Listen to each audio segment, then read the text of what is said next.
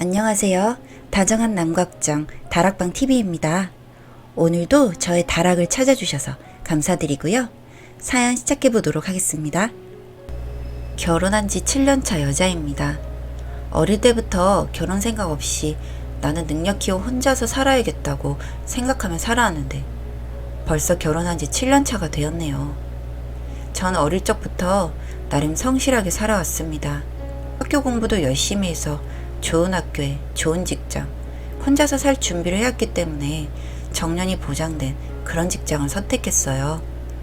연애도 한 번 안 해보다가 주변 친구들을 보며 결혼은 안 하더라도 연애는 한번 해보자 해서 소개로 남자를 만나게 되었고, 현재 그 남자가 제 남편입니다. 절 편안하게 해주고 이 사람이라면 평생을 친구처럼 도란도란 살 수 있을 것 같아 결혼을 결정했어요. 그러던 중에 제가 몸이 많이 아팠고 제 걱정을 많이 하던 남편은 스트레스가 많은 제 직장을 그만두고 집에서 요양하기를 바랬습니다. 저도 한창 그때가 힘들었을 시기다 보니 고민은 꽤 오래 했지만 남편 말에 따르기로 했어요. 시부모님도 처음엔 다들 좋으신 분이라 생각했고 결혼 생활에 만족하며 지내왔습니다. 가끔씩 시어머니가 아이 문제로 제 속만 긁지 않으셨다면 결혼을 안 했으면 후회했겠구나 하고 생각했을 거예요. 그런데 저는 지금 어릴 때 그 마음을 잊고 결혼한 제 자신이 죽도록 밉습니다. 애초에 아무 일도 없었더라면 제 인생은 더 행복했을 것 같아서요. 여튼 결혼을 했고 그러다 보니 자연스럽게 자식도 낳고 싶더라고요. 평소 부인과 쪽으로는 전혀 문제가 없었기 때문에 제가 난임일 거라고는 생각지 못했습니다. 임신을 위한 노력을 하는데 3년이 넘도록 매번 소식은 없고 이젠 신혼생활 즐기려고 임신 미루고 있다는 말도 안 먹힐 시기가 오자 저도 초조해지기 시작하더라고요.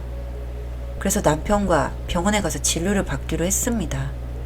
저희 둘 다 별다른 문제가 없다고 하셨고 이렇게 임신이 안 되는 거면 털기가 어렵다고 하시더라고요.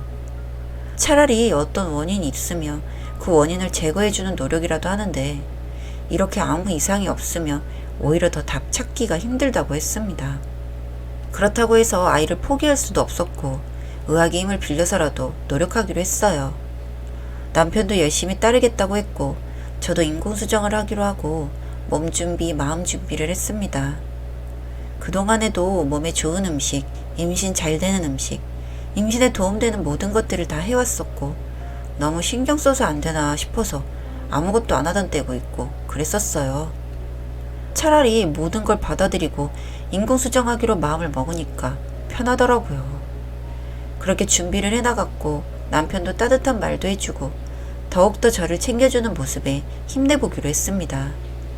그렇게 첫 번째 시술을 받고 왔어요. 그런데 하필 제 나름 힘들었던 그날 저는 남편의 충격적인 카톡을 확인하게 되었습니다. 어떤 여자에게서 온 카톡이었는데 오늘 영화 너무 재밌었다고 다음번에는 영화 땡땡땡을 보자는 카톡이었어요.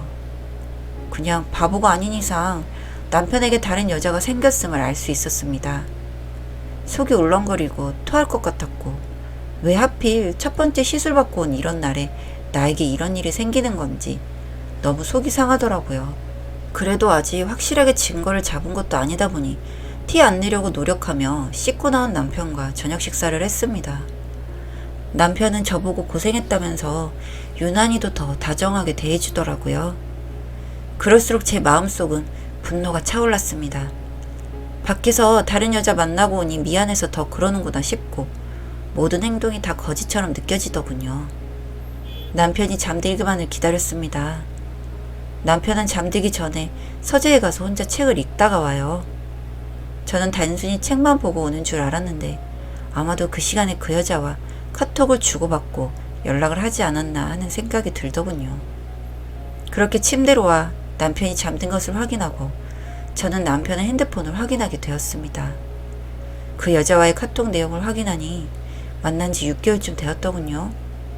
둘이서 이미 여행도 다녀온 사이더라고요. 손이 벌벌 떨렸습니다.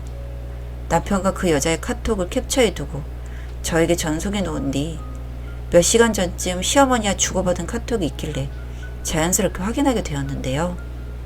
카톡 내용을 보고 저는 더욱 놀랄 수밖에 없었습니다. 이 여자를 소개시켜준 사람이 바로 시어머니더군요. 만나보라고 연락해보라고 보내준 번호가 그 여자 번호였어요. 둘이 전화로 이야기를 했는지 다른 자세한 사항을 알 수가 없었습니다. 남편과 어머니의 카톡은 그 여자를 시어머니가 소개했다는 것과 그 여자가 마음에 들면 이혼하고 재혼해서 너도 네 자식 봐야 되지 않겠냐는 내용이었습니다. 하긴 다른 내용이 있어봐야 무슨 소용인가요? 저 몇 줄 내용이 전부일 텐데요. 제가 아무리 아기를 못 낳는다고 해서 어떻게 다른 여자를 만나라고 시어머니라는 여자가 소개를 하고 또 그걸 만난 남편이라는 놈이 정말 사람 새끼인가 싶더군요. 난 앞으로 어떻게 해야 할까 고민이 되더군요. 이혼은 두 번째이고 남편과 시어머니 그리고 그 여자까지 가만히 두고 싶지 않았습니다. 며칠을 고민해서 내린 결론은 조용히 그냥 넘어갈 순 없고 뭐든 해야겠다 싶었어요. 먼저 그 여자에게 전화를 했습니다. 많이 놀라는 듯 했지만 순순히 만나자고 하는 장소에 나오더군요. 가만히 두지 않겠다고 생각하고 카페로 갔는데 그 여자는 울면서 죄송하다 했습니다.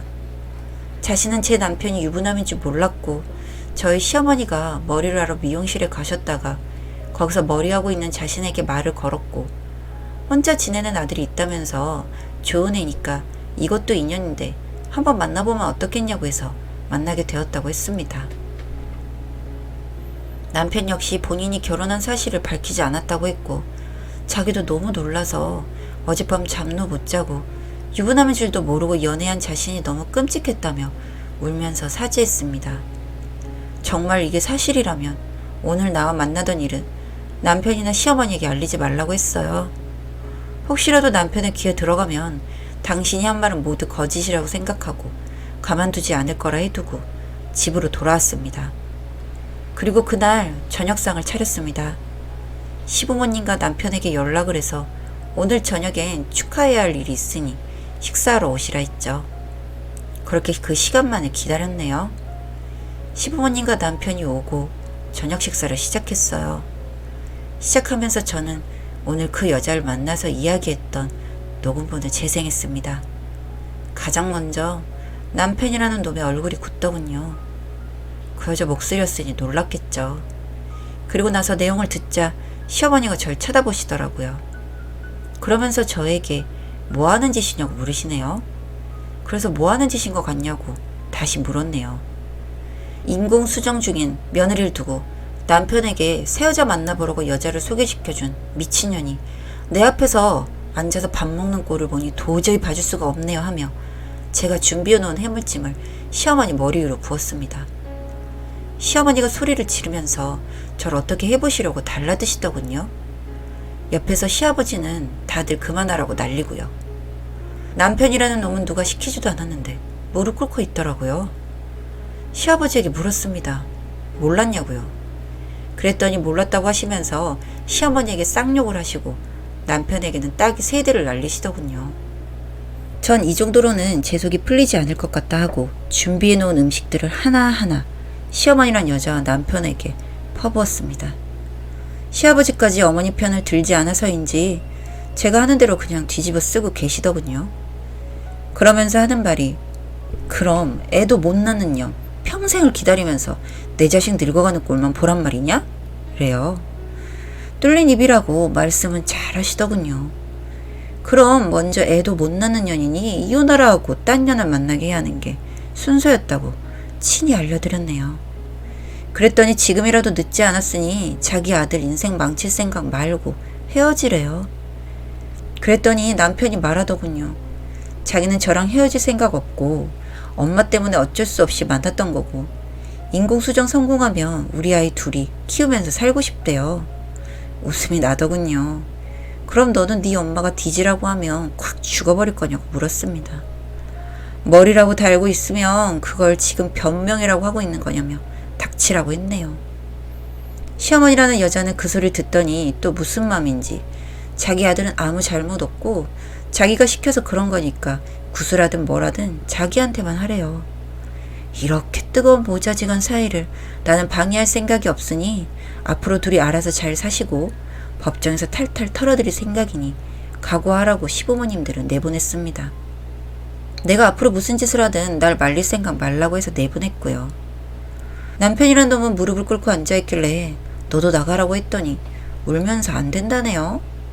그럼 내가 보는 앞에서 그 여자에게 연락해서 그만 만나자고 말하라고 했어요. 남편이 전화를 했고 그 여자는 받지 않았습니다. 그리고 문자가 한 통 오길래 제가 확인했네요. 당연히 그 여자의 문자였고 유부남인 걸 속이고 자신에게 접근한 부분에 대해서 지금 참기 힘든데 자기 더 건드리지 말라는 그런 내용이었네요. 다행인지 불행인지 이 여자는 제정신이었나 봐요. 그리고 저는 바로 출력물을 들고 집을 나섰습니다. 아파트 관리사무실에 동의를 구해두었거든요. 남편과 시어머니의 카톡 내용을 출력해서 각 동 엘리베이터 안에 붙여두었습니다. 다시는 그 동네에서 얼굴 들고 못 다니게 하고 싶었거든요. 이런 소식일수록 빨리 퍼지는 건지 어쩐 건지 생각보다도 더 빨리 이사를 가시더군요.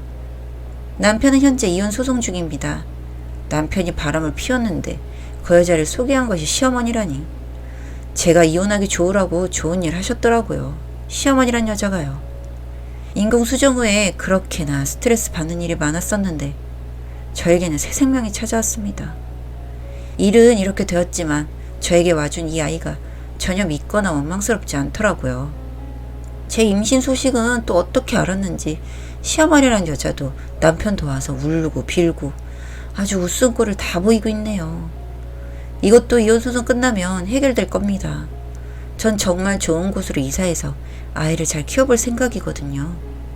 저도 능력도 있고 친정도 도와주실 여력이 있는 분들이라서 걱정은 안 합니다.